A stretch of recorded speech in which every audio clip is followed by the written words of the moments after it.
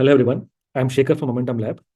This is a monthly review, and in the monthly review, I do three things. One, I'll review my portfolio, and secondly, I'll also see how the markets are performing. And three, take a look at the stocks and their charts, and maybe if there are any great trading ideas, I'll just note them down. That's it. So let's first start with the portfolio review. This month has been normal. Right now, we are at a profit of 12.5%. We started on April 1st, 2024, and right now we are 2 percentage points less than the Nifty 200 index. Nifty 200 is the universe that I refer to, and from the universe of Nifty 200, I construct the top 15 portfolio based on momentum, and I take last 6 month and 12-month returns. So that's the portfolio right now. And if you see the XRR is at right now 36%.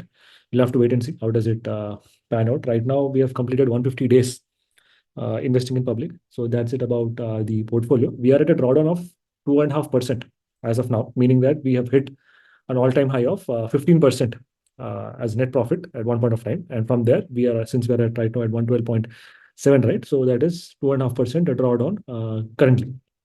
That is it about the portfolio. And if we take the worst case loss or the portfolio hit, we are safely covered, meaning if something bad happens and all of our stocks get exited because of the 20% cutoff rule that I have, if stocks fall below 20% from its 52-week high, that's when I exit. And in that case, if I exit all of the stocks, I still get out with some profit. So that's a decent position. So this gives an option to either take more risk or just sit out. So that's it about the portfolio. And if we see a couple of stocks which are doing well, one is RVNL, that has been a standout performer, and two other stocks are Trent and Dixon. The three non-performing stocks are Zomato, BEL, and JSW Energy. I'm not worried about Zomato because I've picked it very recently in the last month rebalance on August 16th. So it is only 14 days. So we have to give it a couple of weeks' time. The worrying performances are with JSW Energy and BEL. They have been there at this level since 45 days. The problem is if these stocks continue to languish, stay flat, or trade at a sideways, no, then what happens is that when I do a next rebalance, they might lose out on the momentum rank and they'll get exited. So I'll not anyhow preemptly exit any of these stocks. I'll just wait for the rebalancing to be done. The rebalancing happens on every 16th of the month. So that's the strategy that I follow. Now, if I look at the monthly performances, so this is the monthly performance of my strategy. Let me zoom in a bit so it is easy. So we started in the month of April in the end of April, we had an NAV of 103.5 compared to only 101.8. So we had an alpha of 1.6, and that got extended to up to 6.7 by the end of May. It was a great run that we had. And from then onwards, the downward trajectory had started. June, there was a little bit correction, and we entered into negative territory of alpha. We were at minus 1.4. And July was pretty bad. We moved to minus 3.6 from minus 1.4. August is decent. We have recovered our lost ground. Now we're at minus 2.4. Let's see how September shapes up. That's about the strategy. And let's take a look at the market in general and also the sectors which are doing really well. So I've done a plot of 6 important sectors based on the market snapshot. So in the market snapshot, I get the sectors which are doing really well based on 1 month, 6 month, and 1 year. So out of that, I picked up some sectors which caught my attention. One was Nifty IT, second one is Pharma, and PSU Bank is the third one. And anyhow, I always keep a track of gold to just compare. And I also had banks and autos. So these as the important sectors. Let's see how the RRG graph looks like. Now among these, auto, IT, and pharma, these three are looking good. They are in the leading quadrant, especially IT. I'll show the chart also. IT, as I mentioned earlier, also in my discussion about RRG graphs, the sectors or the stocks which are pointing towards the northeast direction in the RRG graph are the ones to look out for, especially if they are in the leading quadrant. So let's take a look at the IT chart, and also we'll take a look at pharma and auto also. The remaining bank, consumption, or gold are in the improving to on their way to go to lagging quadrant because they are looking downwards. That's it about the sectors. Let's take a quick look about their charts also to understand. So first, let me show IT. So IT, I'll zoom in a bit and show the weekly chart. On weekly chart, it broke out. I think we have done this previously also, I believe, last month, I think, when there was a breakout that had happened. And after that, it underwent 2 or 3 weeks of correction. And again, it resumed its uptrend, clearly marking that it is on the move after around 3 years of sideways movement. I think this is one sector to watch out, IT.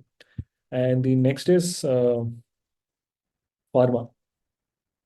So pharma had a phenomenal run. I think it has already broken out since the 2021 peaks, somewhere at 2023 mid 2023 September onwards, and it had a run, phenomenal run. And then again, even in 24, initial for the first couple of weeks from Feb to May, it had sideways performance. Again, it started its uptrend journey. So pharma and IT are the two stocks clearly to look out for, or search for some of the ideas to trade in those sectors.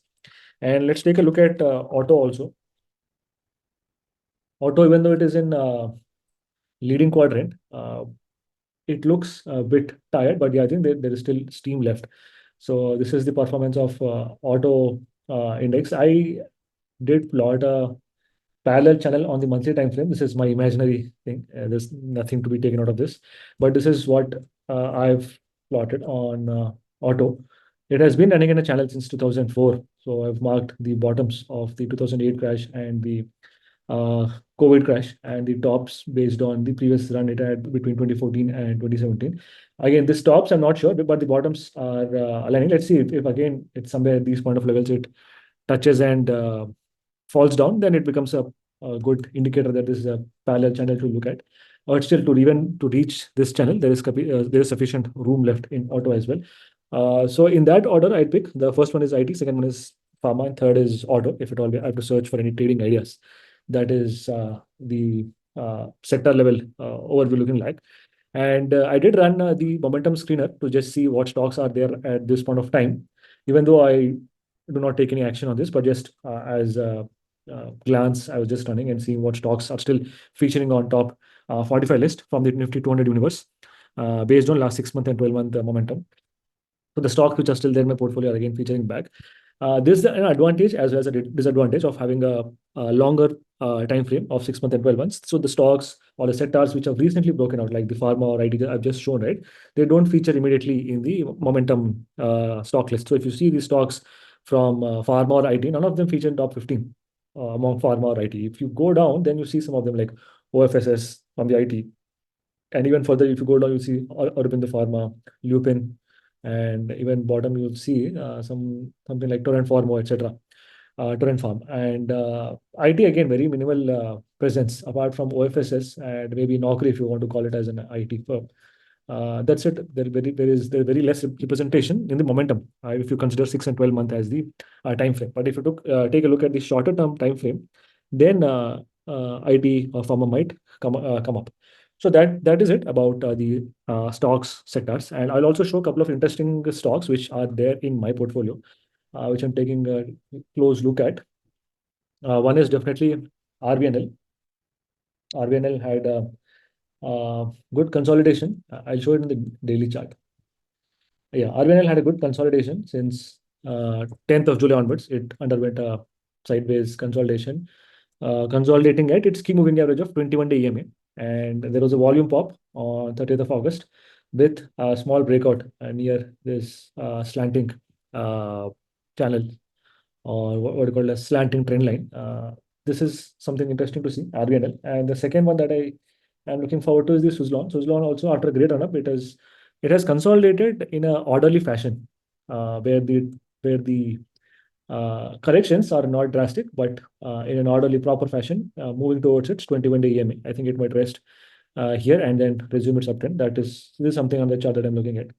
And the third idea or third stock that I'm keenly watching is Vedanta Limited. I think in daily chart it might not be visible, but if let's say if you see in the monthly time frame, as I mentioned earlier, also on monthly time frame, it has been consolidating. I mean, it has now reached to a all-time highs of 2009 or 2010 during the commodities, and in fact, everything had run up greatly during 2003 to 2010 period. From then onwards, it had underwent severe correction, and it is a cyclical play, it's a commodity. with interest in mining and metal. Now, on the monthly time frame, you see that it is consolidating at these highs for the last 3 months on monthly time frame. And if you see or zoom in a bit and see at a weekly level, it has taken support at its 21 weekly EMA, meaning 100-day moving average, and then resumed its uptrend. And if you see daily, this is how it looks like as of now. On daily, it might not look enticing, but if you take a look at a bigger picture, it still is a good play. And I hope that this resumes its uptrend, because the longer it stays in sideways, then it might lose out on the momentum rank. And even though it is 6 and 12 months, it still has sufficient time. Unlike the earlier 1, 3, 6 months, if it were 1, 3, 6 months, right now it would have gone out of my portfolio. If now, since it is 6 and 12 months, even if it slacks a bit of, let's say, 15 days, 30 days, or 45 days, still it might continue to be there in the top ranking list. So these are the three stocks that I am paying attention to. And I've also shown these sectors, and we've also seen the stocks which are featuring in the top 45 list based on the momentum of last 6 and 12 months. And we've also done a review of our portfolio. And that's it, guys. See you again on next video.